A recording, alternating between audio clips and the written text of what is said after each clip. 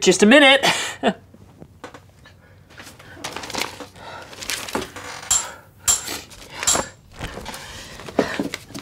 Just a minute. Oh.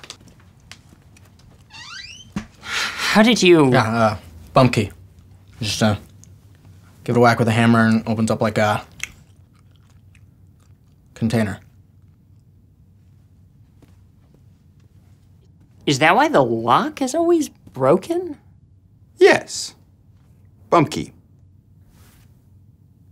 This you?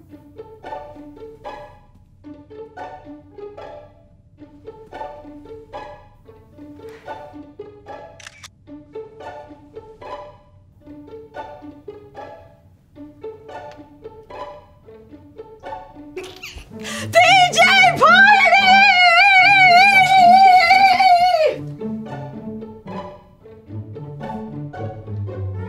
We're not gonna end up hanging above the fireplace in animal costumes, are we?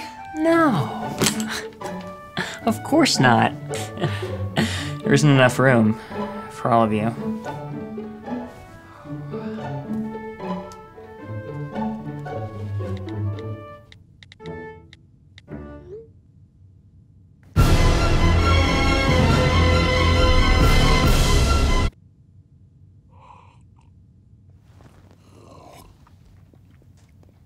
Yeah, I don't know why people wear these things. I usually just sleep in my jeans. They're called kigurumi. Imported from Nippon. Perfect pronunciation. Rob, I know it's your dream to have us enter your psyche like this, but there is no room to play D&D. Oh, my third eye! No playing until everyone drinks their hot chocolate.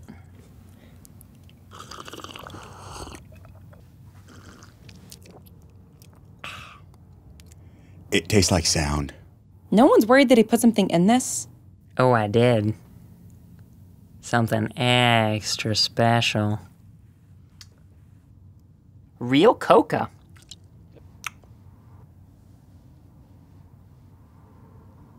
If I remember correctly, the last time we played, we were holed up in some cave somewhere in the Underdark. Yes, however, this time you all wake up to find yourselves on a boat. Wait, how are we on a boat? That does not compute. That's what's throwing you off about this situation? Oh. Why are your elbows so sharp? I get up, leave the room we're in, and try to find someone to talk to on this boat. The door to the room you're in is locked. However, there's a guard posted outside who appears to be sleeping. I try to pick his pocket through the door. Okay, well, it's a wooden door, so strength check. 21. Wow, yeah, you bust a hole through the door and reach through it to pick his pocket. Sleight of hand? 5. He's very asleep, it works. Couldn't you just open the door from the other side now that you busted a hole in it? Lawful since the hunger strike, remember? I use the key. The door opens. I go to find the captain. Well, I mean, do you know where to look? I probably do. Bardic knowledge. By the curvature of the walls, you recognize this as an Eastern Kingdom's man-o-war. Class A or Class C? Class C.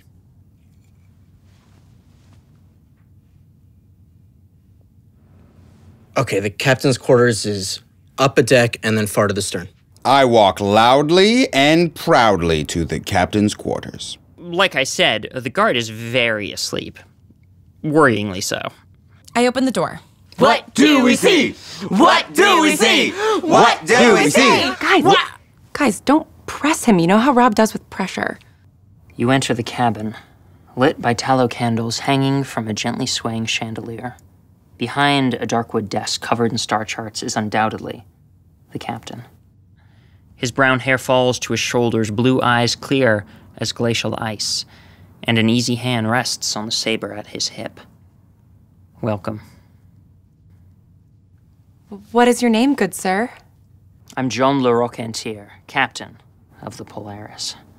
He grins, a single gold tooth, turning it from charming to rakish. Marry me. Dude, you gave him a last name? That's so cool. So fancy.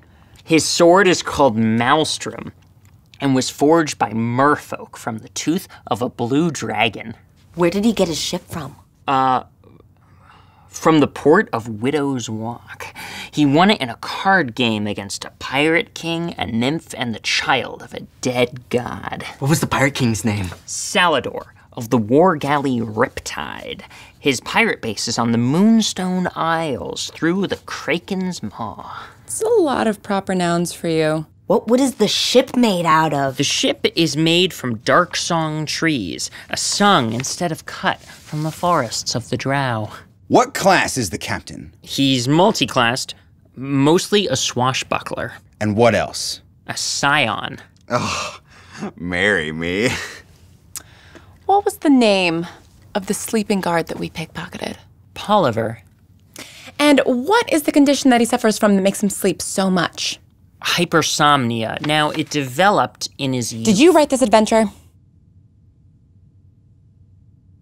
Yes? His aura says he's lying.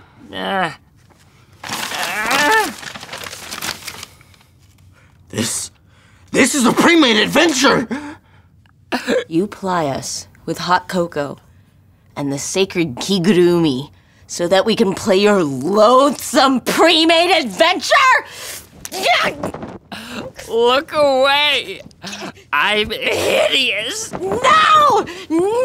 Fie for shame, vile betrayer! It's not worth it. I just wanted you guys to have a good time. Nyan!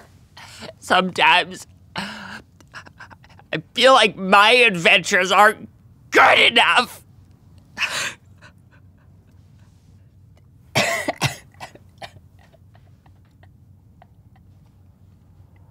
Rob, we'd rather play something you came up with than anything printed off the internet. Really?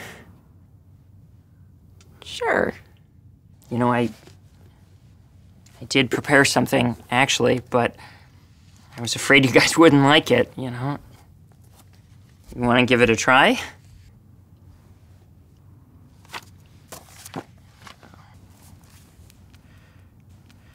Yep. This is not a pre-made adventure. Okay. Well, you're all on the road when, in the distance, you see an elf. His name is Chris Kringle. There we go. You know, I was a creative writing major in college. How are you not published? We should go back to the Polaris, hit up Jean Larocque Antier. Dude was chill. No, we're not doing that. But I had more fun doing that. Yeah, but we're trying to support Rob. The elf calls out from a distance in Elven, "Merry Christmas."